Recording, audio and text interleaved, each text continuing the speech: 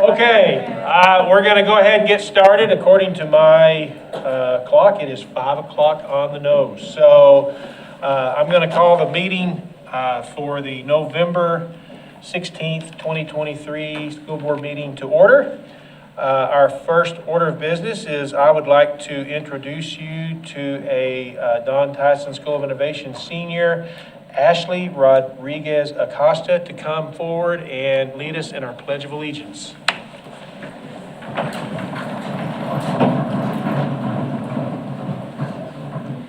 I pledge allegiance to the flag of the United States of America and to the republic for which it stands, one nation, under God, indivisible, with liberty and justice for all. All right, thank you. So, Ashley, I'm going to let you tell us a little bit about yourself and what's going on at school for you and what your plans are. I've got a sheet here that tells me all about you, but I'm going to let you tell us what you want to about what's going on in your life. All right, so I am a senior at Don Tyson School of Innovation, and at my school, I'm part of Student Council, NHS, and DECA, and I have also taken advantage of my school's partnership with NWAC, and will be getting my associate's degree this coming spring. And then afterwards, this fall, I plan on attending the University of Arkansas, where I will major in political science and minor in criminal justice. And then hopefully after that, I will join the law school. Wow. Okay. Well, board, does anybody have any questions for Ashley? Have you been in the district your entire? Yes, I have. I attended Lee Elementary, and then I went to Hellstern, and then now I'm at SOI. What made you choose School of Innovation? Well, I heard of their partnership with NWAC, and I thought that was an amazing opportunity because I would be saving lots of money and lots of time. So I thought it would be the best option for me. So with that associate's degree, does that mean you can go to U of A and just jump right into your major stuff? Yeah, actually this spring semester, I will be taking classes that are specific to my major. So I'm taking comparative politics, and I'm also going to be taking an introduction to criminal justice class. And so I'll be fully done with my first year of my bachelor's degree. Wow. Yeah. So you'll have your regular degree before you start law school in what, 2 years? Yeah, 2 years. Well, that's the advantages of going to SOI and doing that. You're the first person I've met that's actually done that. So I know there's a lot of other kids that have done it, but Yeah. that's awesome. So, Thank you. board, anybody else have any questions? Are your parents here? They're not here. Unfortunately, they couldn't make it. Well, we appreciate you coming by this evening, and we look forward to watching you progress. Do you want to be an attorney then? Yeah, I do. I want to focus on family law. Are you going to stay around Northwest Arkansas? Hopefully, yeah. Good to hear. Well, we appreciate you being here. Congratulations on all your successes, and good luck for all your future schooling. Okay, thank you so much. All right, you bet. Thank you.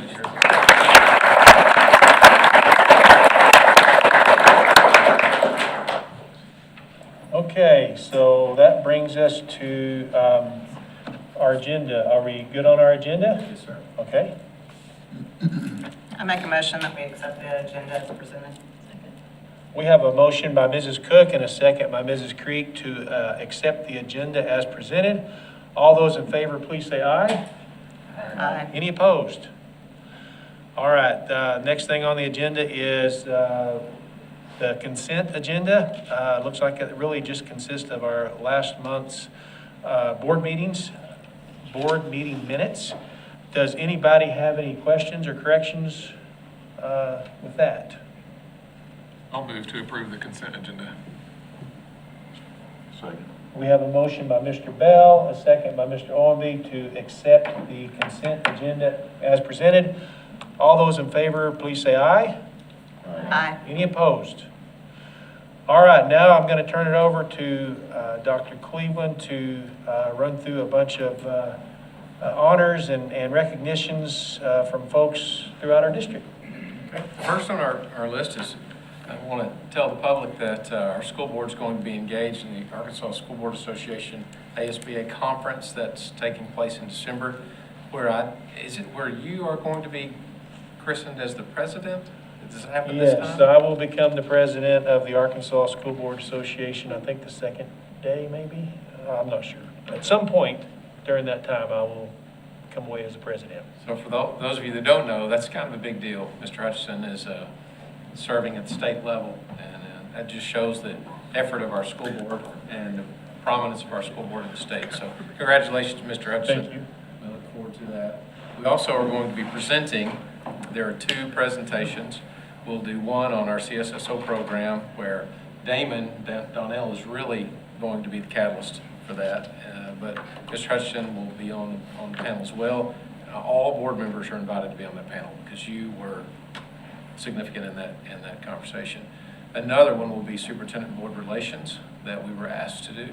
And so also you have a full invitation to be a participant in that panel as well.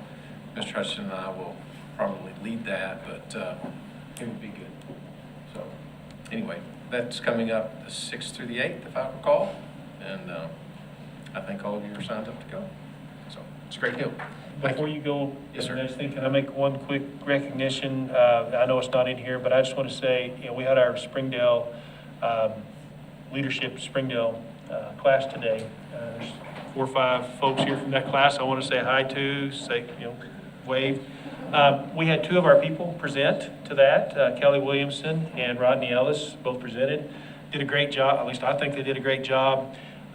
So I just want to say thank you to those. I don't know if either one of them are here. I don't think they are, but I just want to say great job and thanks for doing that. So I'll let you get back to your. Awesome. Thank you. I'd like to invite Mr. Fontanopolis to the front to recognize our National Merit semifinalists.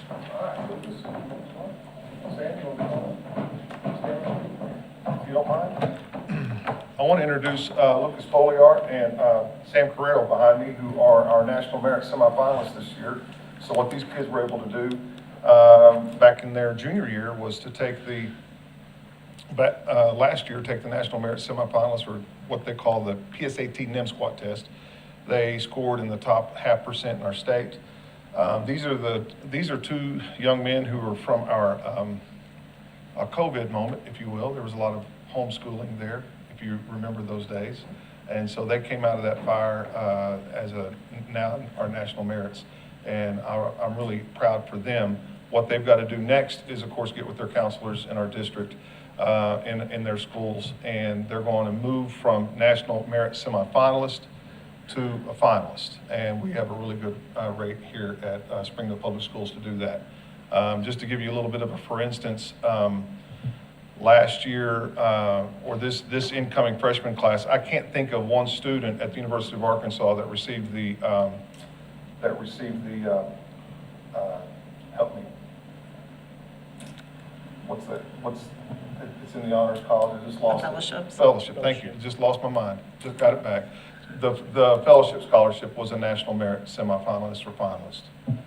So that's what these guys have in store for them, and I'm extremely proud of them. So if we could, I'd like to have Dr. Cleveland come up, and we're going to give them a plaque. Okay. And the first one up is Lucas Folliart. If you don't mind. Come over here and stand up. We're going to get a picture. You gonna stand with us? Go ahead. Okay.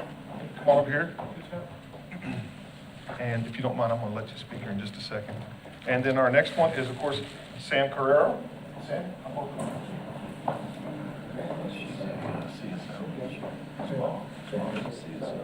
Yep, she is. Just now, yeah. So Lucas, come on back, Sam, come here for a second. Where are you guys headed off? We'll start with Lucas. Where are you going to go in the fall? Next year. Besides winning baseball tournaments and baseball state championships, what are you going to do next fall? I'm going to study mechanical engineering either at Oral Roberts in Tulsa or Arkansas. I haven't decided yet. Okay. So what got you into that line of thinking? I've always loved building stuff, and I think there's a lot of opportunity just for growth in that field. Okay. Are you going to try and play baseball? No, I don't think so. No? I don't know if that's feasible. Okay, Mechanical. okay. All right. Sam, what are you going to do next fall? I'm going to go to the U of A and start working on an engineering degree. What kind of engineering, do you know? Well, I'm thinking either mechanical or they also have computer science within the engineering field because I really like math and the sciences. Very good, that's awesome. Sam, is your mama here? Yes. There's Mrs. How are you doing? Good. And who'd you bring with you tonight? His grandparents, Jack and Joe Wax and Filter. You guys proud of this young man? Be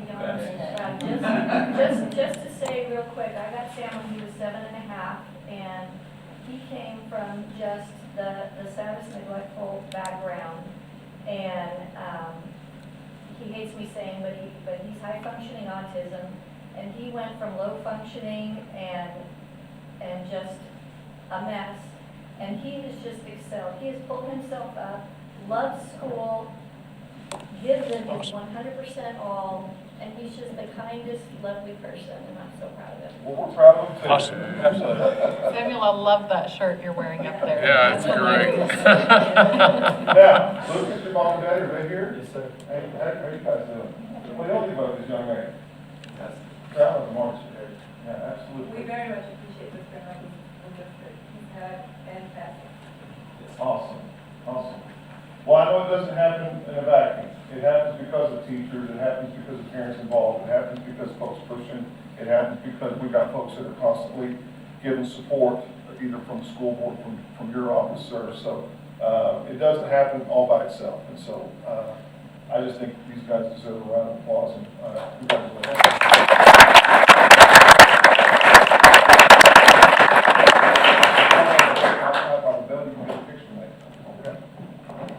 Good job, guys. Congratulations.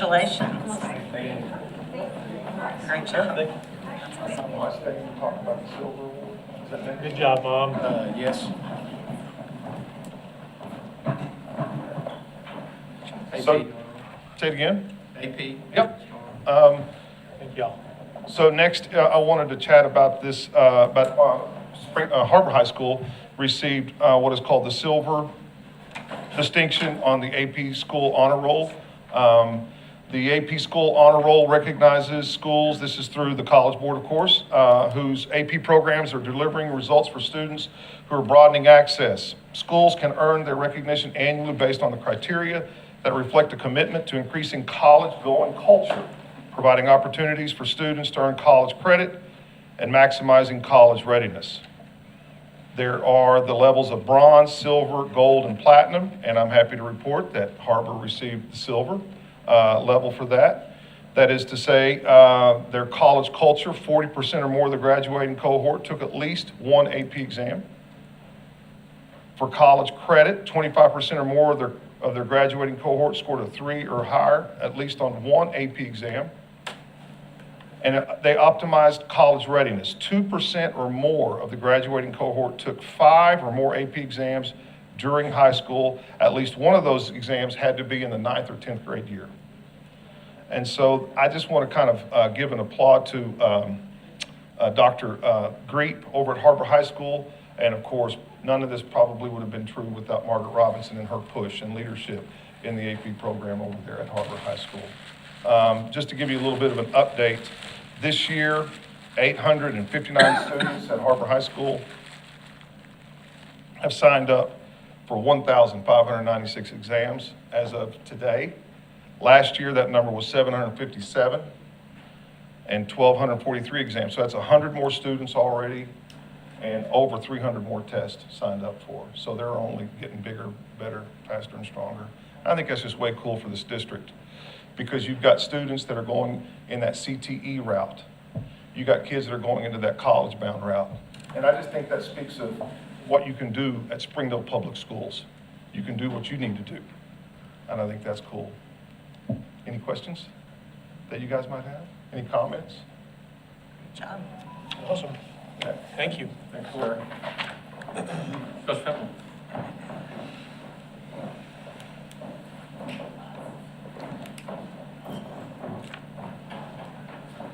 Hello, Board. Good evening. Tonight we have two recognitions to celebrate in athletics. To my right, is the Har-BER Boys 6A Cross Country Team. I'm going to have Coach Sullivan come up and talk first and introduce them, and then I'll come back and wrap it up from there.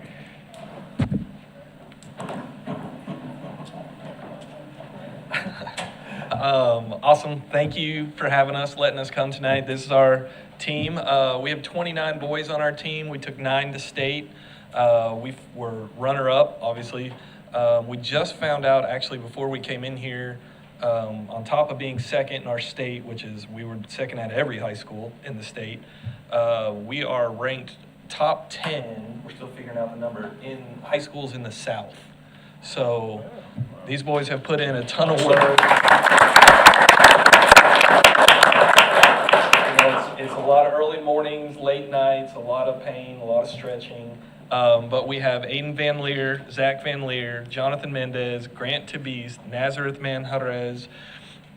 Did you like that? Michael Gonzalez, Junior Cordero, and Jesus Ponce. And then Ian Litchford had a prior commitment tonight. But out of our 6 seniors, out of our 9, all 6 are interested in running in college. We've already gotten a lot of offers for them, so they're going to continue, the tradition and keeping Springdale close to their heart. Awesome. You guys Great have- job, guys. Congratulations. Do we have any questions? Do you want them to run a lap or anything? They had the best picture of any posted, though. We have some. They had some great pictures. We do. We can take some good pictures. We're photogenic when we need to be. Thanks for being here, guys. Awesome. Thanks, y'all. Appreciate it. Good job, fellas. All right, 6A boys, again, I want to invite the school board administration and community. Stop or just stand right there, gentlemen. Just stand up for me while I do this. All right, invite the school board administration and community to join me in congratulating Har-BER Boys Cross Country Team on their outstanding achievement as a 6A state runner-up. Their dedication and accomplishment contribute significantly to the positive reputation of our school and serve as an inspiration to current and future students. Gentlemen, congratulations.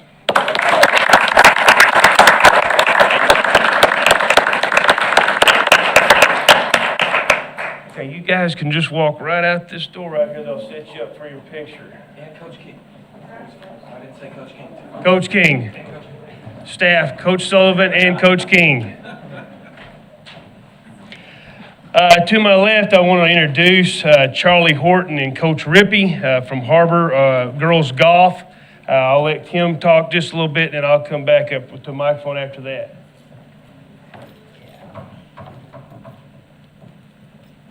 Hi, board. Thank you for recognizing Charlie this evening.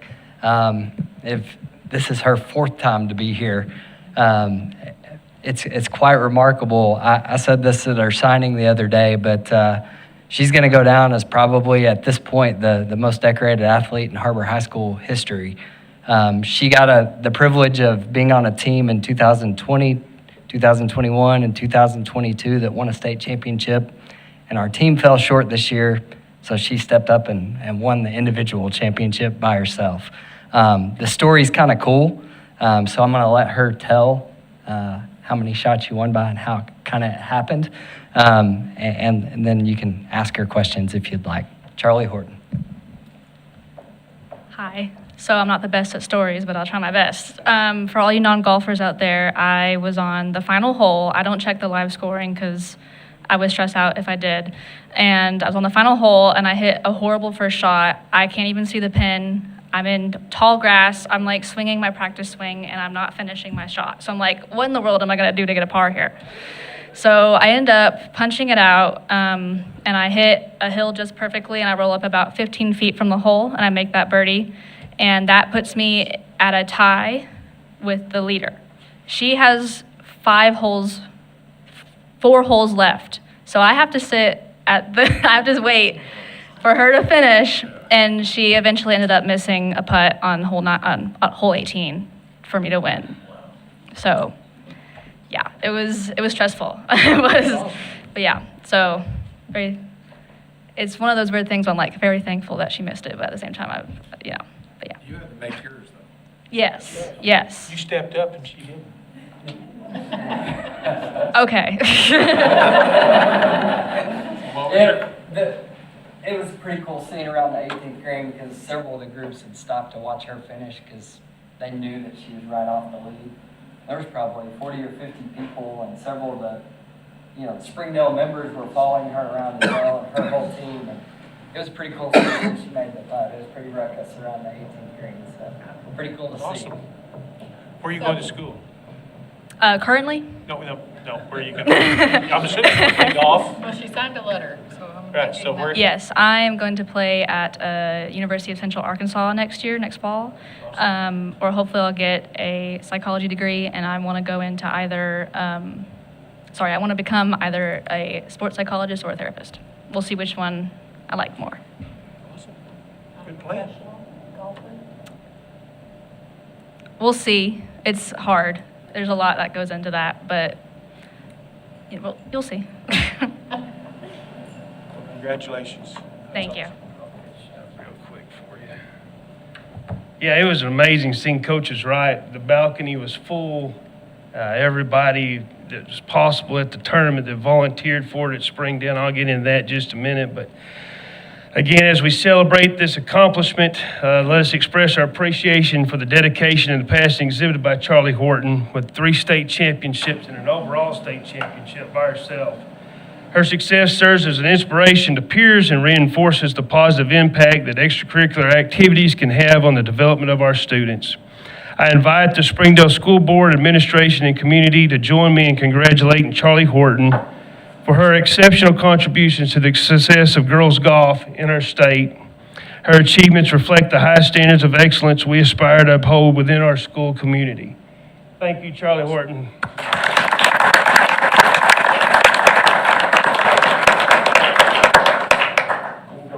Take your picture out that door. There's one last thing. I didn't know if I had a time allotment or whatever, but while they're in here and they can listen, but I want to thank to the Springdale Country Club.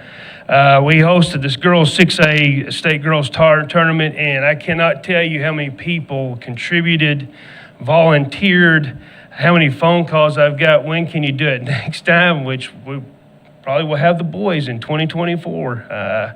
So we'll be back out there, but I want to make sure that I want to recognize the time and the effort invested by the Springdale Country Club in ensuring the smooth execution of the 6A Girls Golf State Championship. Their commitment to excellence has not only elevated the quality of the event, but also showcased the community spirit and collaboration that makes Springdale such an outstanding community and the Springdale Country Club an outstanding partner.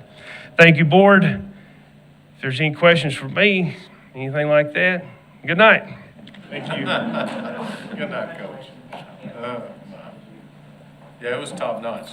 Did any of you make it out there to the tournament? Springdale Country Club was amazing, and all the people that were there. They just did I tremendous. think they really appreciated having it there because I get a newsletter from there every week as a member, and they wrote about it on a couple different occasions about how awesome it was to be part of it. So I think they got a lot out of it too. They did a phenomenal job. Made Springdale School District look great and our community look great. So anyway. Okay, to some business. We've got the principal, Ms. Amy Harrison, Don Tyson School of Innovation. We have a report to the public that's required of our conversion charter yearly, and she's here to do that for us. Good evening. I have a hard time topping that. I know, follow a hard act. Okay, for the report to the public for 2023-24, this is our 9th year as Don Tyson School of Innovation celebrates 9 years and marching into 10th. It's hard to believe how far it's come. Our mission is to ensure that every student graduates with a Diploma Plus through personalized and accelerated learning connected to arts, college, business, or industry, and I think that we exhibit that on the daily. Our vision is to become a high reliability school and the leading school of choice in Arkansas because of our commitment to innovation. So currently we are working through the high reliability school ladders and the indicators there on the right, the safe and supportive collaborative culture we've submitted to the state to be recognized as that safe and supportive collaborative culture. While we submit and wait for that level 1, we are currently also pursuing that effective teaching in every classroom. So making sure that our teachers are teaching at the highest level and our students are achieving at the highest level. So in relation to that, we are currently awarded the accreditation for highly effective schools, which is kind of an overarching high reliability school stamp of accreditation, and we'll apply for that every year. So right now, we're in the process of applying for that for this coming year. And then we're Arkansas School of Innovation. And then one thing we want to obviously recognize is our A status that we got on our report card for ESSA, our ESSA score this year. Very proud of that and very proud of the work that our teachers and staff have done to achieve that, and our students. So we are a competency-based education model at Don Tyson, where we offer flexible learning. Students are able to achieve and learn at many different levels and ways and choices. So lots of voice and choice going into what's happening on campus, and awarding those students not just grades on points. We're awarding on mastery and the learning process, and walking them through that. And I think that A that we achieved contributes to this competency-based model that we have implemented at our school, and all of the work that the teachers have done on learning scales and proficiency rubrics and the work of CBE. So just some information about our school this year. We're at 2,100 students. We have 1,780 almost on-site learners. That's grades 6 through 12. We have 28 kiddos that do blended learning, so either coming on A days or B days. And then the Digital Phoenix, we have a little over 100 of those that take just maybe a class or two digitally through our virtual program. Our Venture Career Center, which I'll talk a little bit more about in a minute, we have 185 students accessing the Venture Career Center. And then we have 230 virtual learners K through 12. It's really interesting to see our demographics and how they've changed over the years. Free and reduced lunch at 58%, 12% ELL, and 7% students with disabilities. And then our Hispanic and Caucasian population making up the majority of our campus. You've seen this graphic a lot, lots of curriculum and opportunities that we have on our campus. A couple that I want to highlight is our education program that's taking off, trying to grow our own, and got some exciting news today from Kelly Williamson about some funding that's going to happen through the state level, so that's exciting to continue that work. And then our medical professions has really taken off and offering that EMR and EMT certification courses through our Venture Career Center. We also have students that are now accessing the graphic design pathway at Don Tyson, so they're working towards earning their Associates of Graphic Design, and then working towards that Sam M. Walton College of Business, where they're just shy of an Associate's in Business and can start as a junior. If they take 3 classes over the summer before their junior year, can start as a junior at Sam M. Walton College of Business. Excuse me. Very important, big piece of our school this year is opening the Venture Career Center and as a secondary career center in Northwest Arkansas with our partnership through NWTI and NWAC, really focusing on getting students in places that are going to lead to jobs. And so lots of students coming to us, a little over 180 that we have coming and taking part in these programs. The great thing about this is it's accessible for all students in Springdale. So not just Don Tyson kiddos, but we've got kiddos from HAR-BER, Archer, and students from Springdale coming over every day, taking advantage of the program. So it's fun to see them come to campus and take advantage and award them the opportunity. And then we also have out-of-district students coming to take classes on campus. So very cool and very big program to start off for its first year. We're very happy with the numbers for that.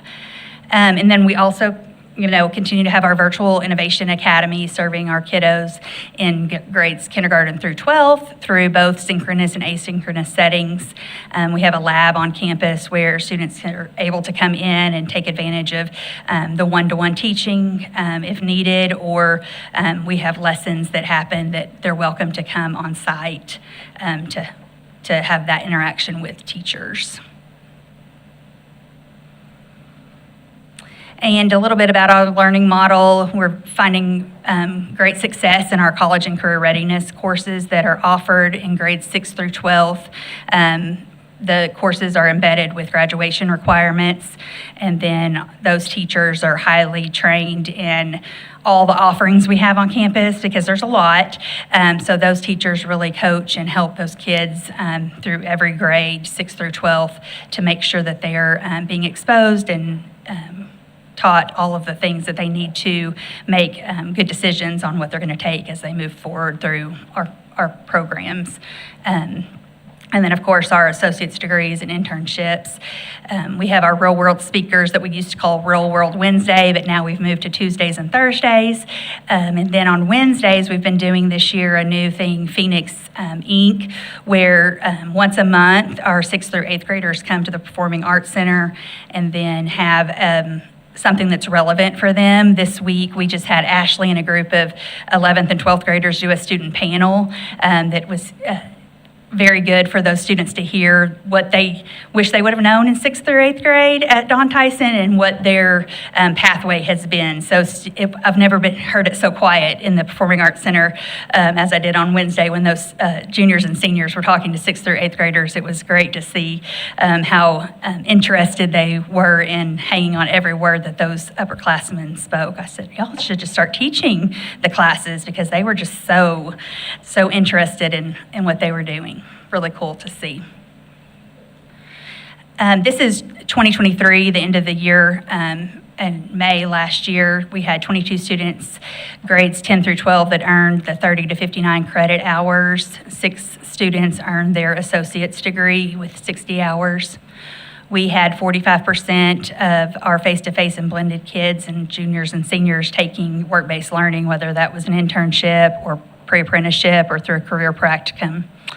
29% of our students graduated, 29% of our students earned a certification in grades 8 through 12, and then we had 46% of our graduates that were pathway completers through our programs that we offer on campus. And a little bit of our current reality, we have an 8% increase in our AP enrollment, which is good and great because we are such a concurrent heavy building. So just seeing those numbers grow has been exciting. We have a 21% increase in our current credit college offerings. And then 8 students are pursuing their associate's degree currently to hopefully graduate this year. And then 7 have started their work in the Sam and Walton College business pathway. So it's exciting to see those kids take advantage of those new programs. Of course, all of this wouldn't be possible without our partnerships that we have through all of our programs. Some new things that we've done, with the NIL deal and AAC, we have done some camera work for the Ronald McDonald Charities, and the students got to, work with the basketball players. That was very fun for our film students. Same thing with our Springdale Athletics. They're working on film and helping them with some edits.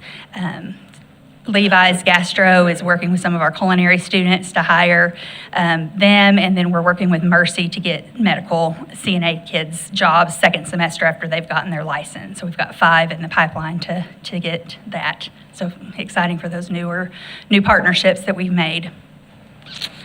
Questions or comments that I can help with? You said we grew 20% in students over there? Did I hear that right? No, maybe Something grew 20%. our current enrollment was 20%. Okay, correct. We took an increase over last year. How are we on, is there room for growth? Do we have room for more kids to come over there? Are we maxed out? We're pretty full. Okay. We're pretty full with Venture Career Center. Yeah, we're pretty full. I keep thinking, well, we shuffle here and we'll shuffle there, and so but it's great to have a full building. Great to have a full building.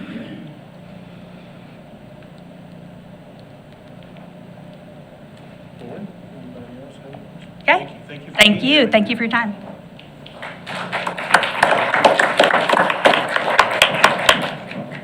You can tell Ms. Harrison's in her first year as the principal. She's doing a great job. Doing a great job. She's doing a great job. All right, next is the district report to the public with Dr. Kelly Langan. I'd like to invite her to the podium.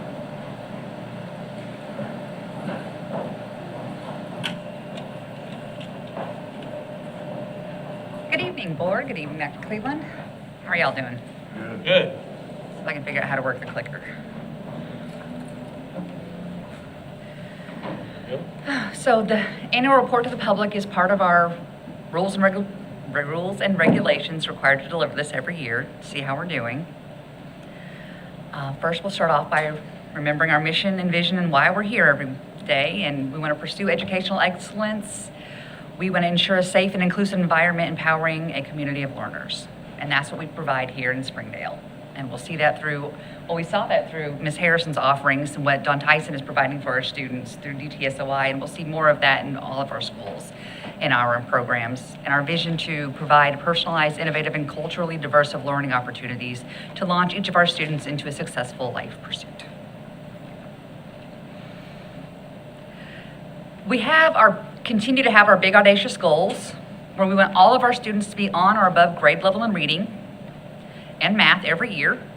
We want to exceed our state averages in all of our summative assessments. And this year, I'm sure everyone knows that we have a new assessment system called Atlas, and we'll have a new test with the Cambium platform this year. So this will be exciting, new data this year. We want to make sure all of our students are on time to graduation, on time to graduation, and either be placed in college or career readiness when they are graduated. Student-centered and student success. Our theme this year is home. We've been continuing to expand on our PLC focus. We want our PLCs to be highly purposeful and engaging, focus on our rigorous and relevant existential standards, and expand the support of our instructional cycles. We have developed 4 student success pillars of safety, student achievement, personalization, and partnerships. And we know without these standards that our students will not develop as strongly as they could individually. So by having us to support these standards and these success pillars, it is going to offer more to these students individually than what they would have had without Springdale. So by focusing on these, it'll help them go further. You'll see here that we have several different educational focuses, and that we'll elaborate on in the next slides. Our culture of collaboration. We're continuing with the professional learning communities that provide the district collaboration. It shows the essential standards work. They are technology rich in our lesson plannings and our coaching cycles that are delivered by our instructional facilitators and our instructional specialists and our teachers in the classroom, where we can collaborate. I think each Wednesday we get together in our CTMs, and our schools have the opportunity to bring together. And I know this year that at least working with Laura, the individual, help me for the word, the non-core content teachers. Specialists are coming together and focusing, like your art teachers and your music teachers, and bringing that in and focusing more on the collaborative culture. It's like we'll see in another slide where reading is a, fundamental aspect of our curriculum and bringing everyone together for the state. It's coming up. I am drawing a blank. It has been a long day. But how important reading is and getting that across, and that we teach reading in every classroom that we have, and how important that is. And so we're bringing everyone on the same page through these collaborative cultures. And our quality lessons, aligned to all the state standards, technology-rich lessons to deepen engagement. We want to make sure we have rubrics that are aligned with our rigor that we have within district. And our science emphasis, we want to make sure that we have an emphasis on analysis, analytics, problem solving, and hands-on applications. And we saw a lot of that when Ms. Harrison was talking about DTSOI. It seems like we have these college and career-ready programs where people are coming into the buildings and showing our students how to do things rather than just standing at the front of the room lecturing, which is amazing. We have many student-centered programs. You can see a giant list here. Second largest pre-K early childhood center in the state. We have an amazing alternative learning environment and coordinated school health programs in many of our elementary facilities.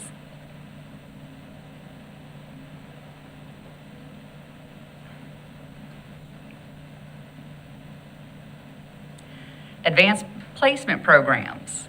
Mr. Fontanopoulos got to talk about this before me, which made me sad. But we have many advanced programs. So we have AP, International Baccalaureate, concurrent classes. Actually was a testament to students graduating now with associate's degrees, which is phenomenal. I wish I would have had that opportunity when I was in school. Just listening to her talk and be able to say that, oh, in 2 years, I'm gonna have a bachelor's degree. I mean, who would have thought that would have been possible, right? 20 years, couple years ago. Multiple pathways to graduation, associate's degrees, national career academies. I'll let you read this slide here of the list of the different CTE programs we offer. Automation and robotics, consumer and family services. I know I read in, I think it was at the AAEA state conference this summer, where someone had said something about dog grooming coming into one of the CTE programs. And I will tell you, I went and told my dog groomer, as just an aside, I said, hey, didn't know if you knew this, because she's always having a sign up that says dog groomers needed. I said, just wanted to put a bug in your ear that CTE programs are looking into this. And so you might start having, internships where you can start getting people. So to put that on her radar, to start working with the school districts, look into Springdale. We might be getting one of these programs. But start utilizing your resources of what we have to offer you. So working with the community. And I just thought that was a fun thing to do, because share the wealth, right? Developing our culture of literacy.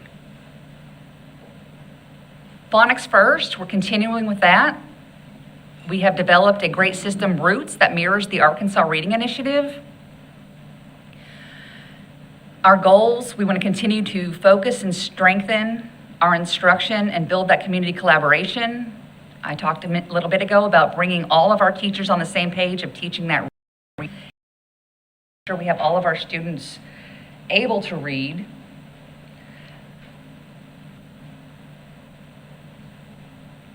Students are at a great disadvantage if they can't read. Anybody's at a great disadvantage if they can't read. Fortunately, we do have accommodations, but I digress. That's a different take.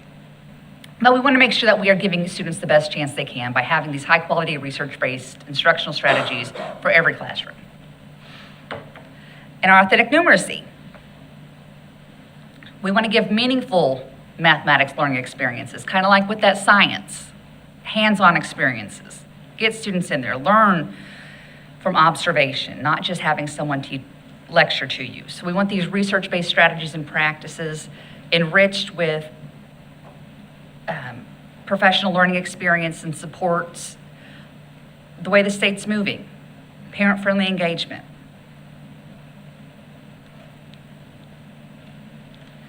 We also have a gifted and talented program.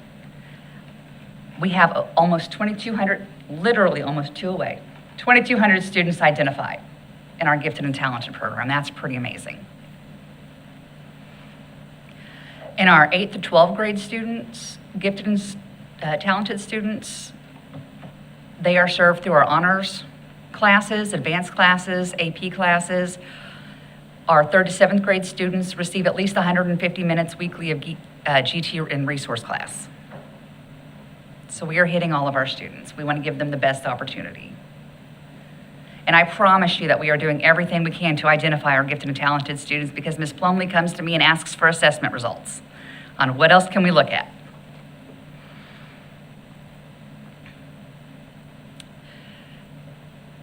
Talking about AP students, we had an increase in 246 exams taken from the prior year. I think Mr. Fontanopoulos was the one who spoke earlier about the enormity in the number of exams being taken in AP. And every year it just keeps getting better and better, which is great. But it's also great that we have that college and career side that we can also go toward. Not every student's going to go to college, but we have 54% of those taking AP exams scoring a 3 or better. And our National Merit Scholars, 2021, 5, 22, 4. Last year we had 9.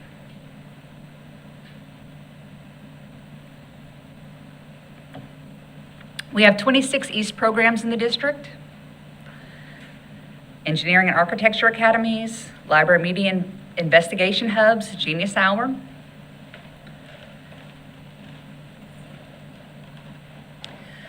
The Springdale High School Engineering and Architecture Academy was awarded a $25,000 grant for their STEM initiatives.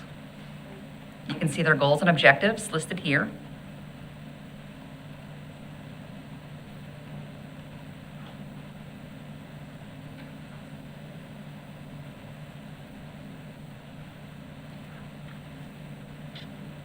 And we have our community partnerships, business and industry, post-secondary schools, NWAC, University of Arkansas, Springdale Chamber of Commerce, our career and technical education advisory partners.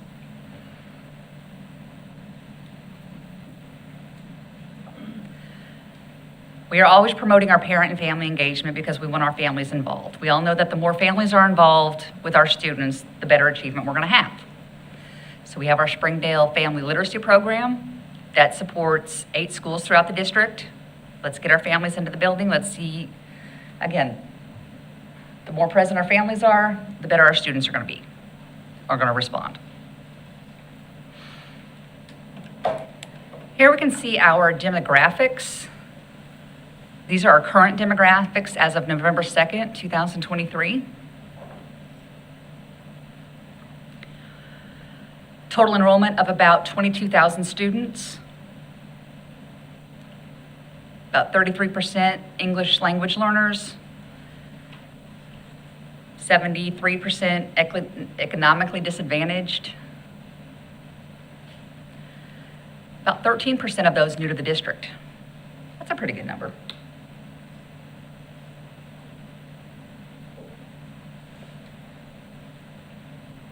Our academic achievement. This is our ACT Aspire student achievement comparing 21, 22, and 23. You can see the English, reading, math, and science scores for grades 3 to 10.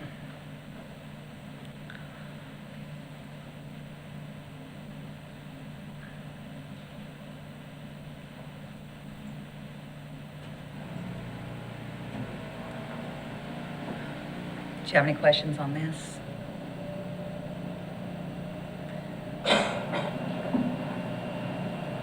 The next 3 slides are on our English language proficiency students. And they're tested, comparing their 2022 spring scores and their 2023 spring scores by grade. And you can just see the movement of how students moved from the yellow of progressing to the green of proficient. So in 2022, I'm just looking at, let's say, grade 1 over here, where we had 716 students. And the chunk that moved from progressing in 2022 to the 99 to proficient in 2023. And then the last two over here are for all of K-5 and K-12. The next slide is going to be our middle school grades and junior high. And then we can see our high school.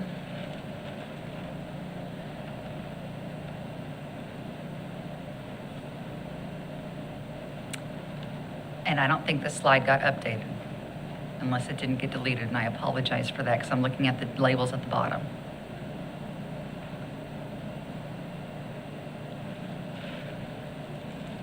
I will get that updated. Apologies. Graduation data. Graduation's always lagging a year, but you can see our 4-year and 5-year cohorts from 2020 to 2022.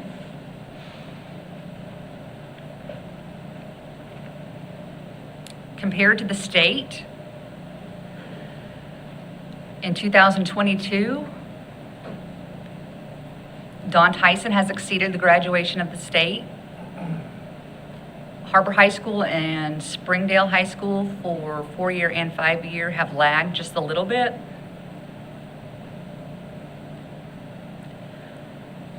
But our numbers are still looking really good. As a district, we're very comparable. Here are a list of our schools of innovation we currently have identified in the school district. DTSOI, Jim Rollins School of Innovation, John Tyson Elementary School, Sonora Elementary School, SMS, and Westwood.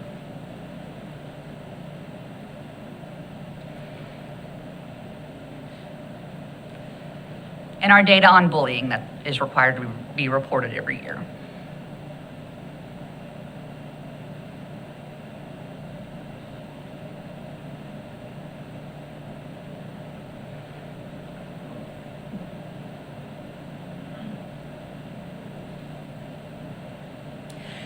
Springdale School District and all 29 schools are fully accredited by the Arkansas Department of Education in 22-23.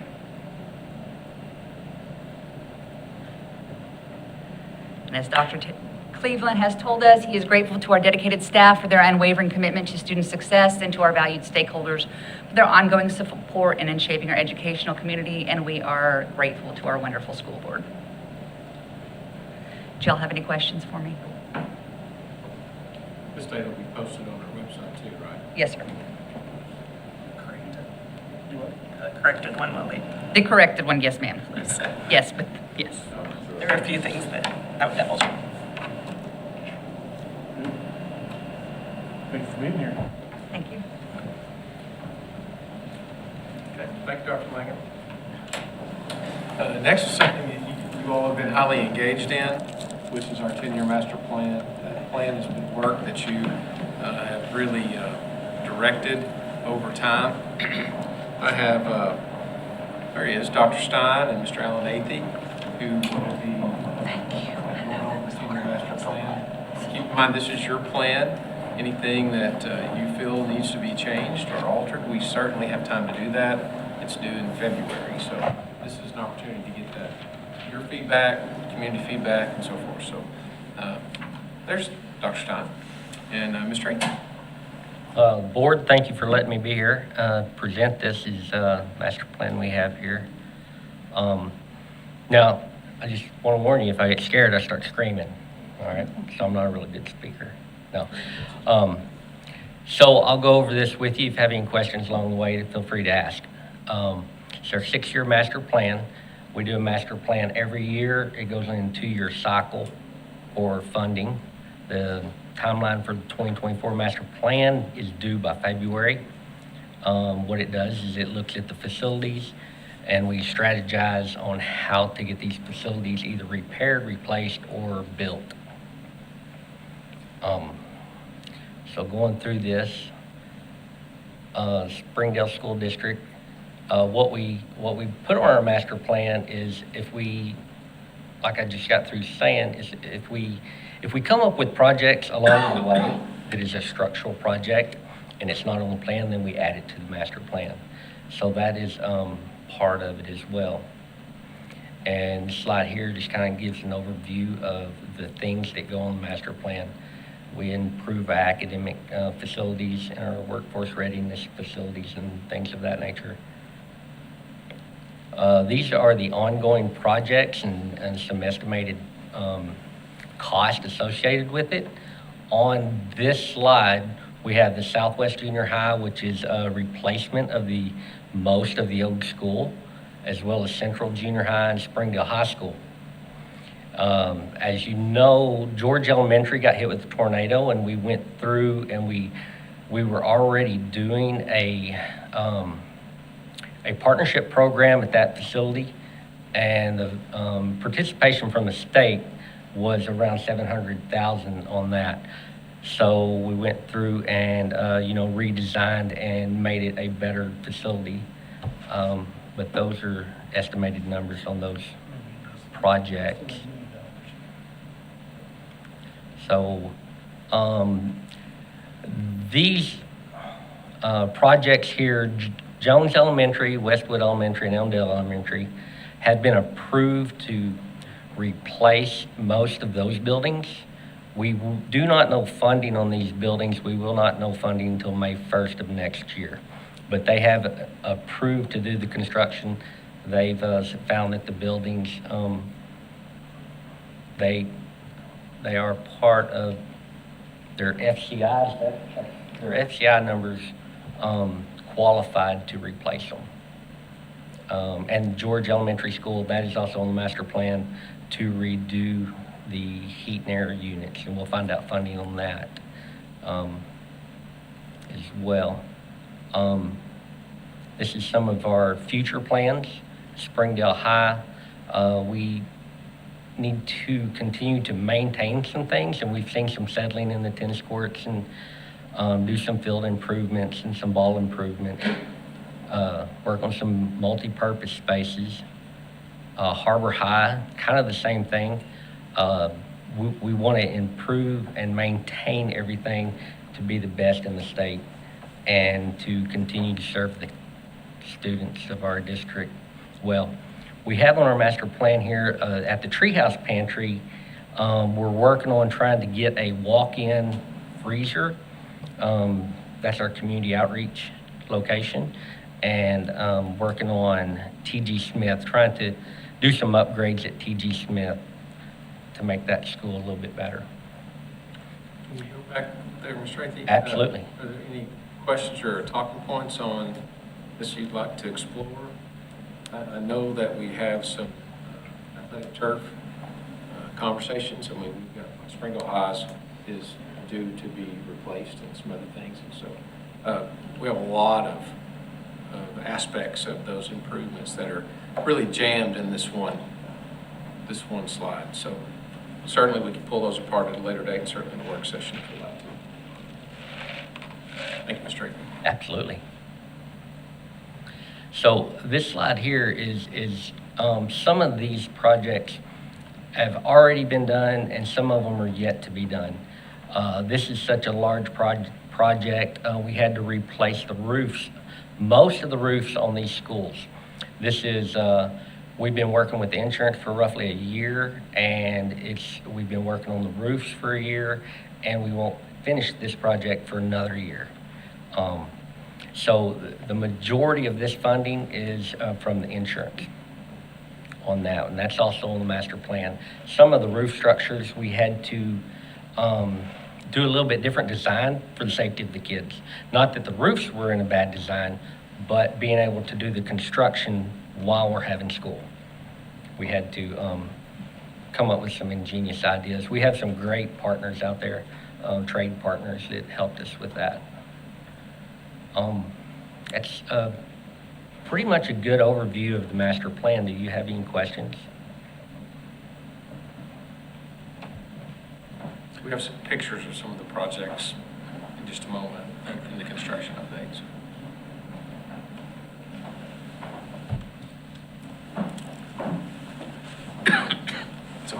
Board, questions? A lot of moving parts in this, Yes. in this process. There's a lot of moving parts. What I've learned from Dr. Stein is you got to keep your head in the game the whole time.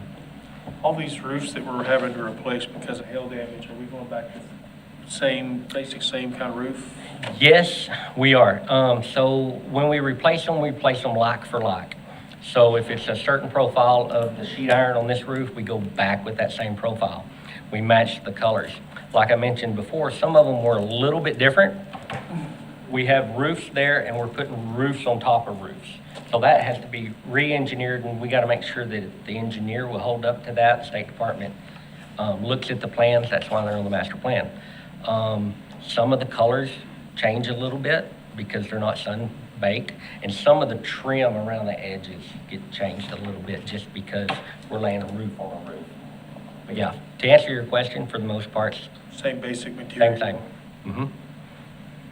It wasn't the material, it was the hail that. Correct. We had two major hailstorms, right a few weeks apart that just kind of went through our whole district and took out a lot of roofs. We have improved and matched some colors, like on the Archer Learning Center.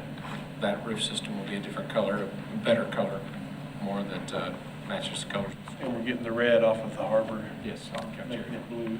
Okay. Things like that. That's, all right.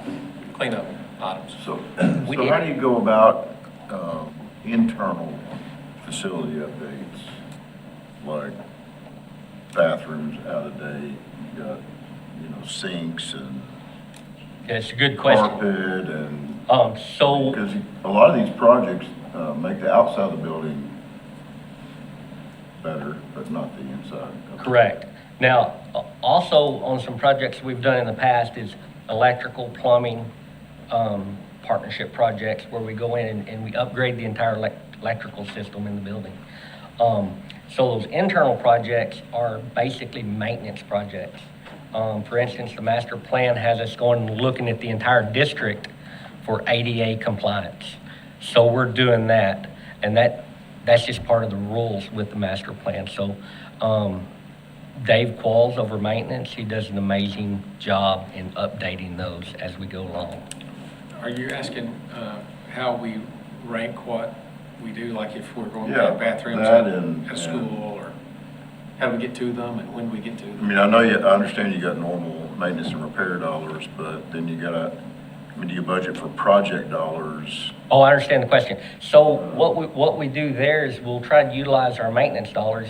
So if we have a big flood in the bathroom and it messes things up, then our maintenance dollars goes, instead of fixing the old, right, we'll upgrade it and make it new. Yeah, I mean, but there's 29 buildings, so Yeah. how do you determine a pecking order? The squeakiest wheel gets fixed. Probably the highest need. Yeah, the highest need. We constantly go around, if you'll notice, like J.O. Kelly, it completely, the school followed all the codes, ADA requirements and things of that nature. Several years ago, we went to the west side of it. It didn't have any wheelchair ramps. All the wheelchairs had to go out the east side around the building to get to the walking track. So we upgraded that. It took us probably a year and a half to get that work done because we done our maintenance work, and then we found time we'd get something done over there. Then we'd go maintenance work. So we push those other projects in often and as quick as we can. Yeah, I mean, I only say that, so I think it's equally as important to consider some of these older buildings and the inside of them, basically for the staff and Yes. also the comfort of the kids. Yes. And That's a lot of money and yes, to your point, like J.L. Kelly and Helen Tyson, we just got through upgrading all the heat and air units. We just finished that several months ago. So all of those heat and air units were upgraded, and that's something we applied for and got partnership funds with that as well. Historically, we've done some exterior work, I know what you're saying, which we've also done some interior work. For example, Elmdale, we used to have all those windows that used to be open because of no HVAC systems, and so we went in and reblocked and bricked and all that. Yeah, I know, I was noticing that the other day, we were out there, how more open and light and refreshing it was. Pretty good. They've also taken down some walls and added some expandable walls, like at George Elementary, for some opportunities there. And I know that we're working on bathroom systems. Years ago, when the older facilities were built, they didn't build enough bathrooms, didn't have enough plug-ins on the walls, didn't anticipate the need for power the way we have today. And so part of the reason why we rebuilt Southwest and Central, they weren't prepared and ready. And Well, yeah, invariably you walk into a lot of these older buildings and you have the stalls are taped up because they're broken, or they got trash bags on, they're not working. That's Just a lot of that. Yeah. We had several schools that didn't have hot water in it. People didn't know that. But a few years ago, we went through, we come up with a plan. It took us a little while. Came up with a plan, and our maintenance staff installed hot waters in several of those buildings that it just wasn't required and it never got upgraded. Also, I believe the same year, a lot of the young kids know that the gymnasiums didn't have, the little gymnasiums didn't have air conditioning units. So our maintenance staff come up with a plan, and they got that taken care of as well. We pretty much got rid of all the carpet too, hadn't we? We still have more to do. We have over 4 million square feet, so we're working on it.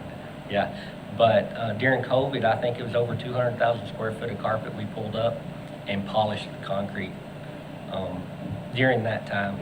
And currently, right now, our custodial staff comes in on weekends, and we'll take several rooms and we'll take all the furniture out, take the carpet out, polish it, stain it, put all the furniture back in for Monday. So we're constantly, we've been doing that for 2 or 3 years. Yeah. I think they may have told you the other day that I think is it 7 elementary schools we're redoing all the furniture? Yeah. I believe it's 7, yeah. It is too. So we've already started on that. Just so you know, there are several other districts that have asked for and are coming in and taking some of our older furniture that can be repurposed. So we're partnering with them in that too, which we try to be a good neighbor as well. So we're using some ESSER money to replace those schools' furniture. Well, anything else? Appreciate you being here. Absolutely. Since Mr. Athey is out at every single construction project about daily, I've asked him, since he's here, if he would go ahead and go through some of the construction report. He may have details that I don't have. Are you okay to do that? Oh, I'm absolutely okay to do that. I don't know I didn't prepare for this, but I can definitely do this. I've spent most of the day today at 2 separate sites. I'm not sure what pictures we're going to see, but we'll go Start through. off at George Elementary, I think. Okay. George Elementary, they've got the slab poured for Area B. You know, that's in 2 separate sections. Area A was in front of George Elementary. We redone some offices. We are utilizing that space right now.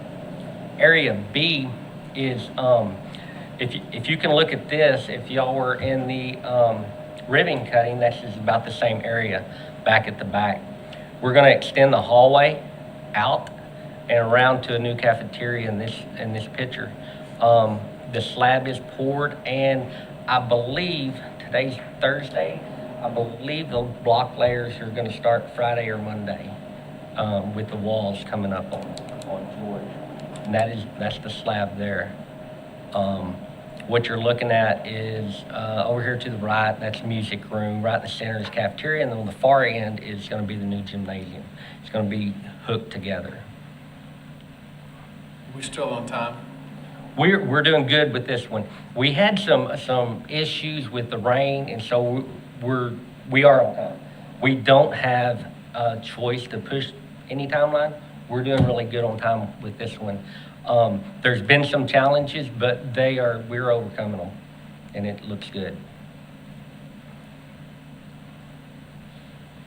Any questions about George?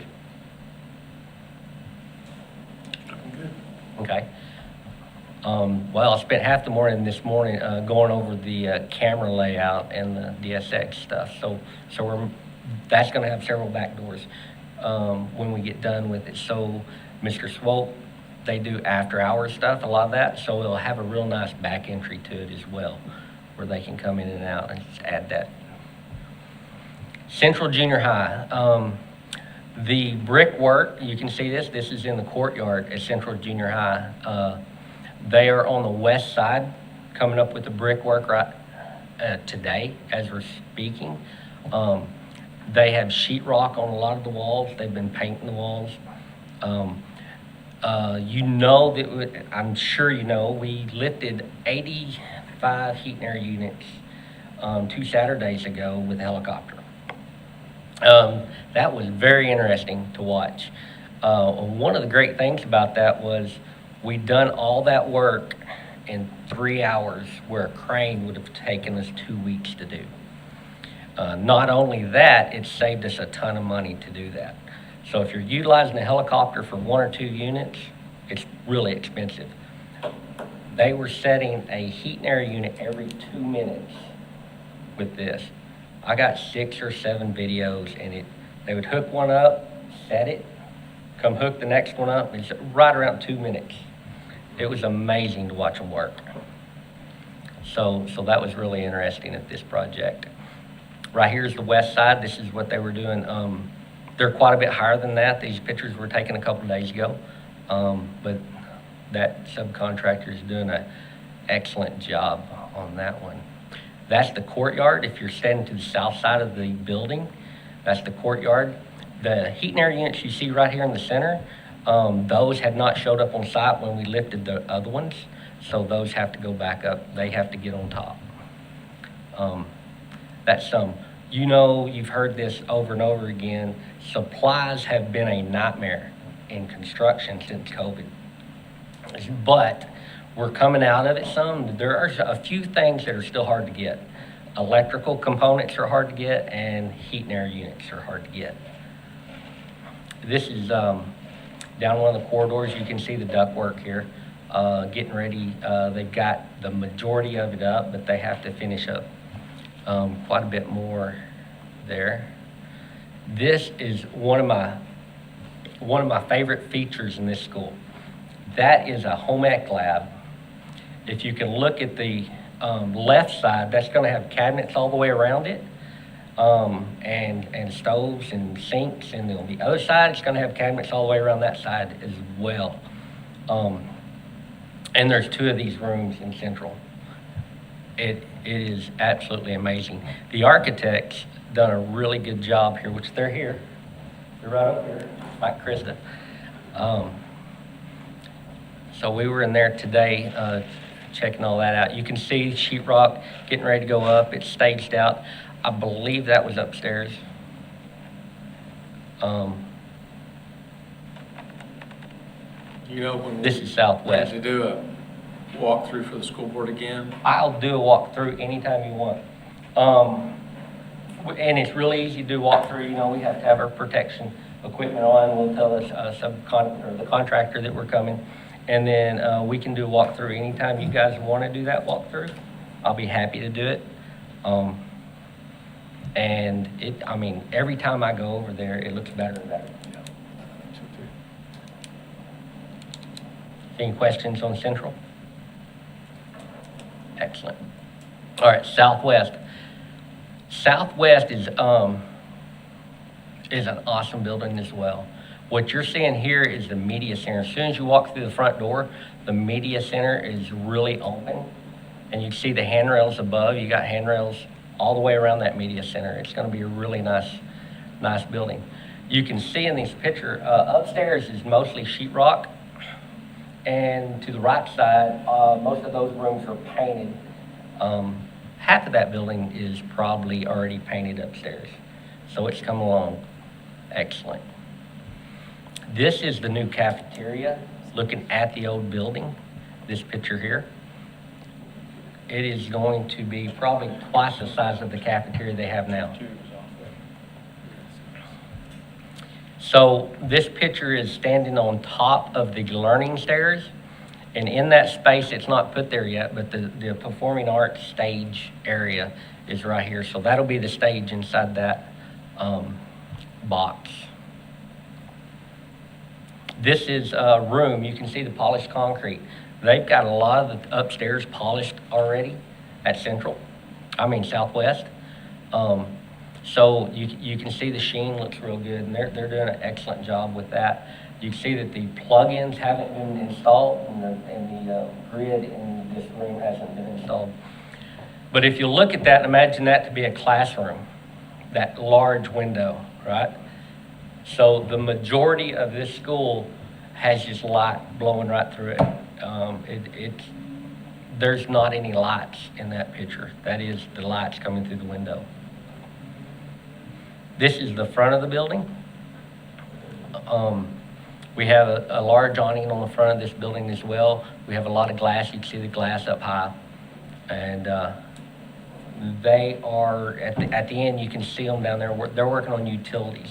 Utilities are a challenge here because of everything's in the ground in the same spot. It's just kind of one of the challenges with construction in that location. Like I said, these were taken several days ago. Most of this siding is up already. This is the back. This is the south side of it. What you're looking at here is a bus lane and a delivery lane. They're going to be delivering stuff for the kitchens here, and the back of the band rooms are also pointing south in this area. Where are we at on timeline for Central and Southwest? We are right on our timeline that we done, that we gave you before. Central, we're moving in phase 1, spring break. And then phase 2 is on schedule for December, but we think we're going to be able to get into it in November. And then after phase 2, we have a little bit of remodeling to do. And so that'll go into the spring, but it won't affect as much of the schools, but obviously we're affecting now. And then Southwest, the timeline is we will be in that school in August. And when we get that school in August, then we do construction on the old school. We got to demo the old school and build the front parking lot. And that parking lot is scheduled to be completed in December. It'll take The 24th. 4 months, 4 or 5 months. Correct. And what's very interesting to note on this is the trees at Central and the trees at Southwest. Both architect firms have done their due diligence to save as many trees as possible. So the majority of all those big trees are going to remain. Yeah. And I've heard someone call Southwest Lake Southwest. So this construction will take care of some of the ponding problems that we've had in the past. We're not going to have that big dip to go through anymore? We're going to fix that, for sure. Gosh. Yeah. Had that for so many years. That teeth jar. Knee deep there for a while. Yeah. Mhm.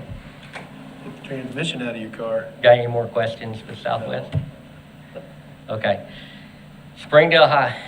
I didn't realize we had this many projects. Springdale High. This is the auxiliary gym at Springdale High. They've already got the floor down. Just acclimating. After they get it down, they get it nailed down, and they sand it, and then they put the surface over it. Then it acclimates. Then they put the paint on it. Then it sets for a little bit longer. Then they'll put the bleachers in. So it'll be a little while before they get the bleachers in. But it is looking fantastic over there. This parking lot looks different today. They have rock on this parking lot now, and they are trying to pave this parking lot. This is the parking lot that's on the east side of the new academic 2-story. They're hoping to have this paved by Thanksgiving. This is some of the interior finishes here. Is it pending weather? It is pending weather, yes. If we have good weather to lay the asphalt, I was looking at the weather, and I believe Thanksgiving a cold front's coming in. I'm not a weatherman, but asphalt has to have a certain temperature to lay. They have different technologies for different asphalts, but they're really striving to get that done. So you'll see a big change over there soon in that dirt parking lot with all that construction. This is concession stand at Springdale High, and this concession stand will be utilized from the basketball court and the home side football field. So we're using it for double space. It'll have doors going outside to the football field and doors to the basketball court. So in this building, we were able to utilize every square foot, most square foot, utilize it for different things. So that's what's really interesting about this. That's a picture of the main gym. It looks at, they were sanding that floor today. And we didn't get a picture of it, they just done it yesterday, but that entire section that you see of bleachers going up high, every bit of that has wooden seats on it, came out of the old gym. And it looks fantastic. That's all the student section, right? Yes, that's student section. This is on the south end of the gym. We'll have bar stools, and they're not movable, they're stationary. This is a representative of a locker room. Just need a bar now. So this is obviously standing on the football field. We have the signs up, and that's coming right along. We'll have a different fence when we're all said and done. You see that white fence and it turns to black. All that will be the same structure across there. I just messed something up. I think back there, we expect to have the kind of fence that you can lean on, set Yes. your drinks or whatever. I'm glad you're here. It will be an improvement. Yeah. So there'll be a space back there for people to stand and watch the game, put a drink on. I think we'll have a drink rail on it. And the concrete on the back side is a large area. I'm not sure if we have a picture of it, but it's a really nice area. And this is the front entry. It's coming along really well. I can tell you that Coach Fimple's putting in a bid to do the state tournament, not this year, but the following year. So Springdale High School? Yes, sir.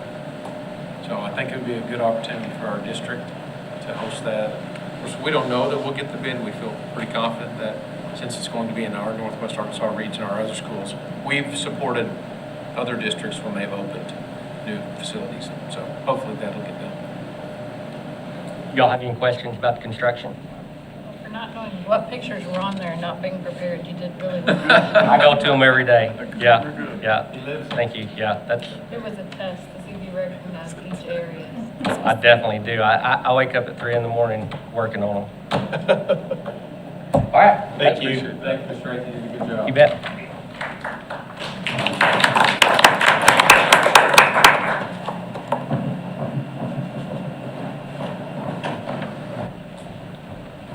Good evening, Board. I am here this evening to make a couple of very special recognitions for our elementary and middle schools. And I want to start by recognizing our schools that received rewards money.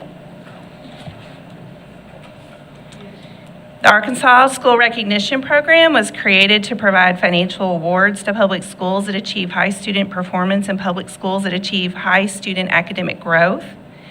Legislation authorizes rewards in amount of up to $100 per student who attends a public school in the top 5% of all Arkansas public schools in student performance or student academic growth, and up to $50 per student enrolled is awarded to public schools in the top 6 to 10% of all public schools in Arkansas for student performance or student academic growth. So I want to congratulate the following schools for their reward money allocations. Young Elementary was top 5% performance and was awarded $47,700. Hunt Elementary was also in the top 5% and awarded $52,000. Hellstern Middle School, top 6 to 10% performance, awarded $39,450. Tyson Elementary was in the top 6 to 10% performance and was awarded $25,650. Shaw Elementary was top 6 to 10% performance and was awarded $30,200. Hunt Elementary was top 5% for student growth, and they were awarded $52,200. Tyson Elementary, top 5% growth, $51,300. And Monitor Elementary was awarded top 6 to 10% growth for a total of $30,200. So all in all, Springdale School District received a total of $328,000 $6,700. So congratulations to our schools. I know a lot of them wanted to be here this evening, but because of after-school events, they were not able to attend, but we do have Tyson Elementary represented. So let's give a hand to.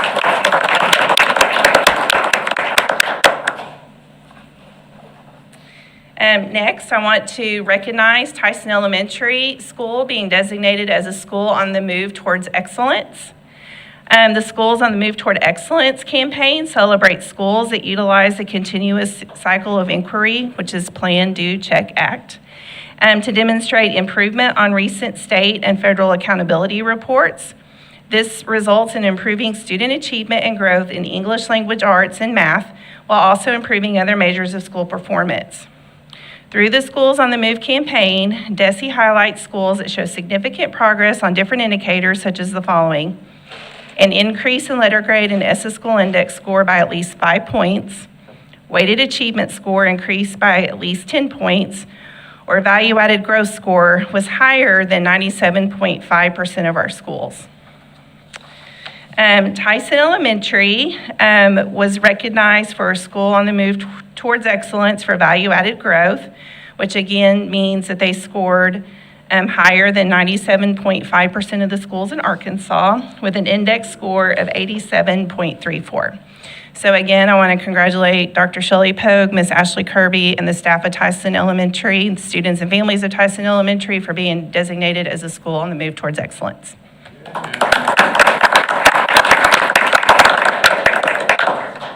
Thank you, board. Ms. Pogue, did you have some visitors today? Did you have some visitors at your school today? Yeah, they did. Anyway, thanks for doing that. That's awesome. I think it was the Clarksville Panthers, wasn't it? Yeah, that's, someone texted me and said, hey, we're at your school. Yeah, they asked if they could come see what we're doing. I'm Yeah. happy to share. That's awesome. Okay, Good job. and the Era sweatshirts? Yeah. Okay. You want a sweatshirt? I want a sweatshirt. I'm sorry.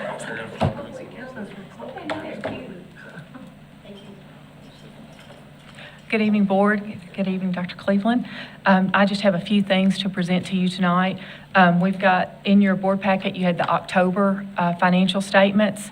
You'll see that we are a little ahead of our collections from last year as far as tax revenue. Of course, as you know, everybody got their bill that was due October, so we should see a significant increase in our tax revenue in November. That's usually the highest month of collections.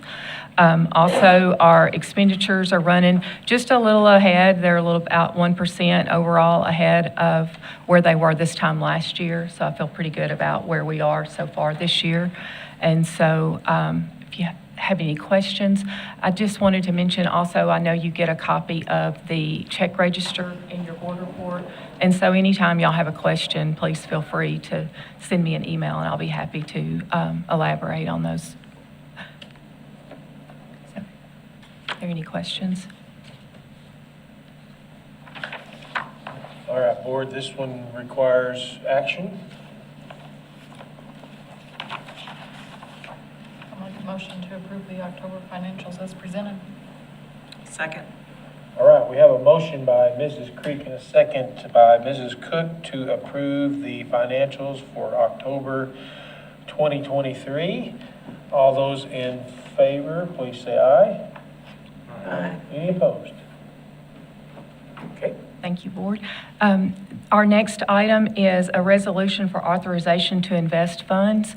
It's very common for districts to have their money in multiple banks.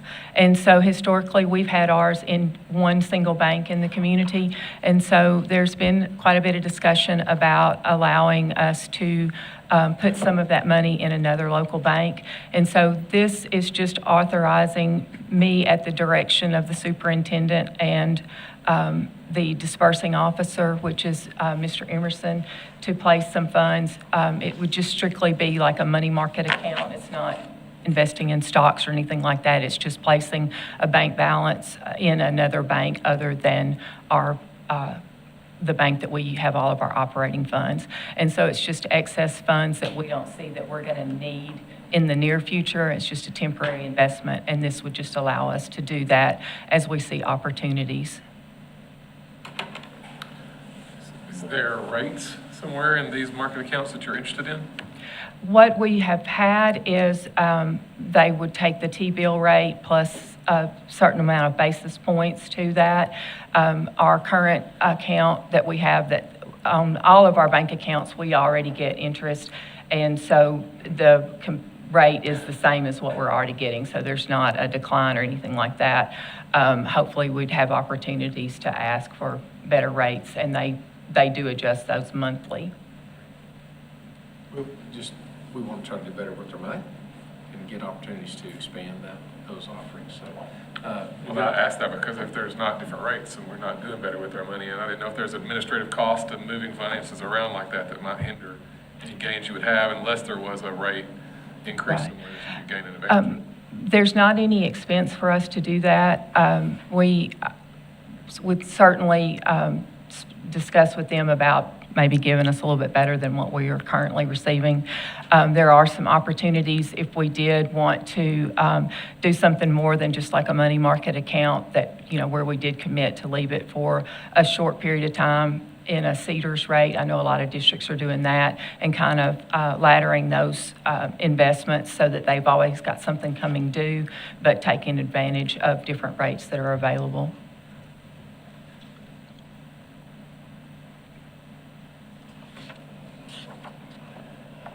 All right, board, do we have any other questions?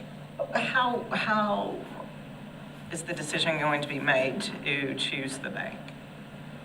At the current time, we have just been approached by a bank that has always been a big supporter of the district.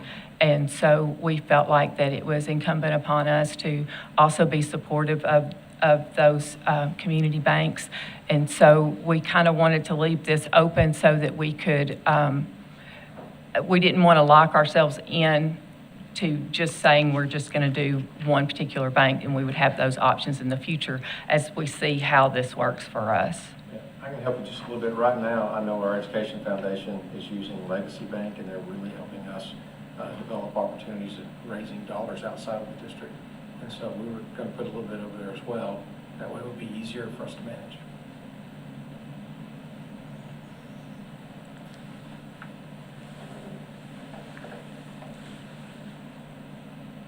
Any other questions? If not, we do need board action on this. Somebody? Anybody? I will move to approve the resolution for authorizing to invest funds. We'll have a report for you on those every month as well. Okay, so we have a motion by Mr. Bell, a second by Mr. Oldby to approve the resolution for authorization to invest funds. All those in favor of that, please say aye. Please say aye. Aye. Thank you. Well, everybody's ready to go home. Any opposed? All right, good. Okay, the next item on the agenda is the approval of the proposed budget of expenditures and the related ballot that will have to be, that will be presented to our constituents in March. Stop for just a second. Okay. Can we have more I mean, I know we voted on it and I'm okay with voting on it, but I really I feel like that's a big, here you can go do. Will we know, I mean, I know you said you'll update us every month, but. Currently, we I mean, I don't have any problem with it. I just feel like that's a very open-ended. Yeah, we actually have gone the extra mile to request. I know at the other districts where I served as superintendent, we had the ability to do that. And oftentimes it was to chase interest rates, like getting CDs and be competitive with that. But this particular opportunity is just for us to use a local bank where our foundation is also banking. Our family and the bank itself. I understand that. I'm just saying how we voted on it leaves it somewhat open-ended, which I understand the need for it, and I think it's a wise choice. I'm just saying I want to make sure that we have somewhat checks and balances each month on it. Oh, absolutely. We wouldn't add another bank without your permission.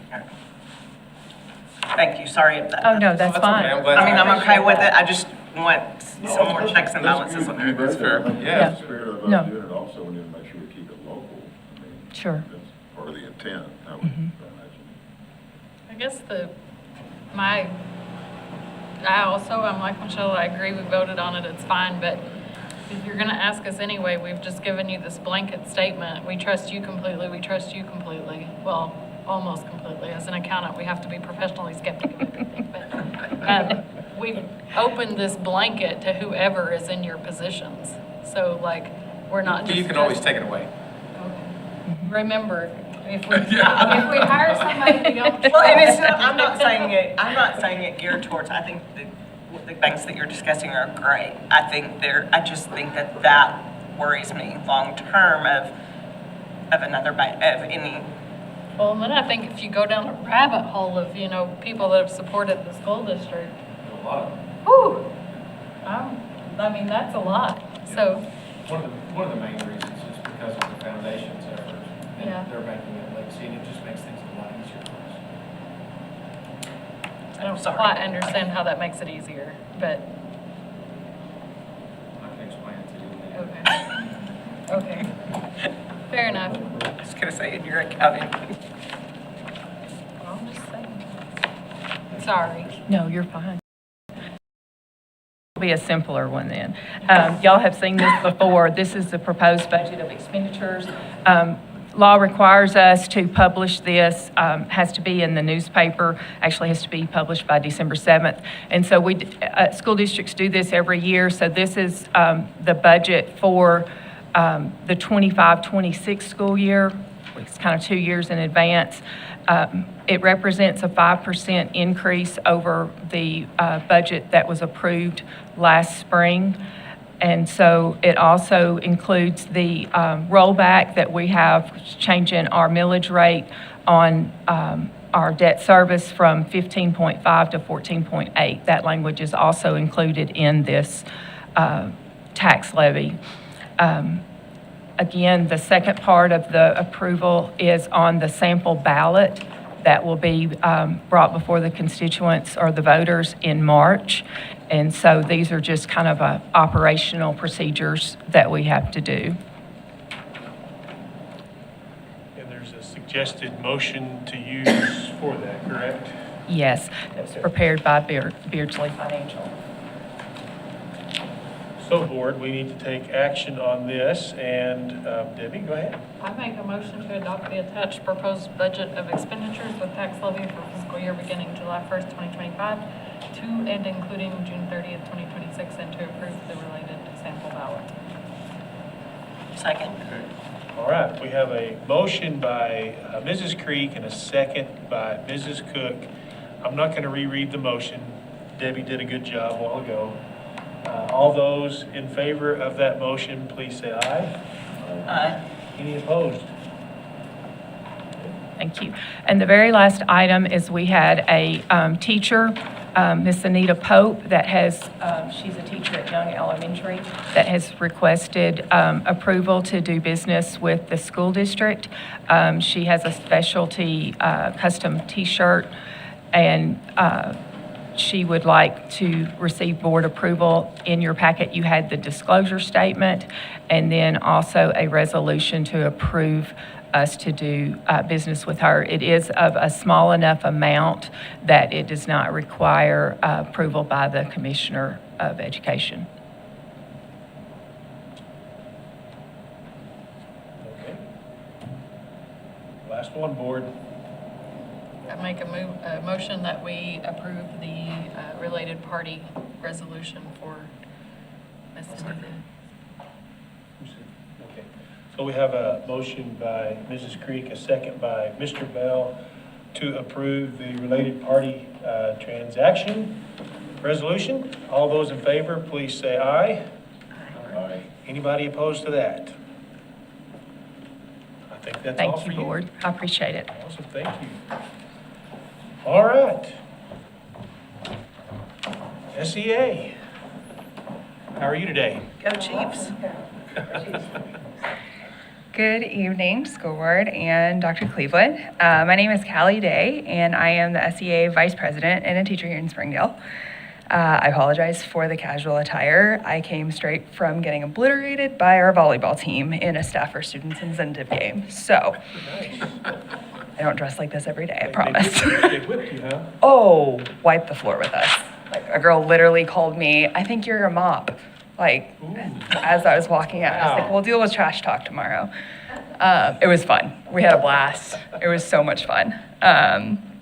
Yes, SEA was able to attend the AEA Representative Assembly in early November down in Little Rock.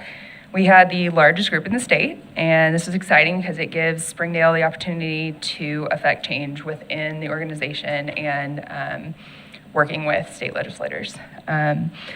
The negative effects of the LEARNS Act are continuing to be felt by educators across the district and the state, and we're working really hard to support and advocate for our members. We are definitely thankful for being in a district where salary schedule has been maintained, even under the ambiguities of LEARNS.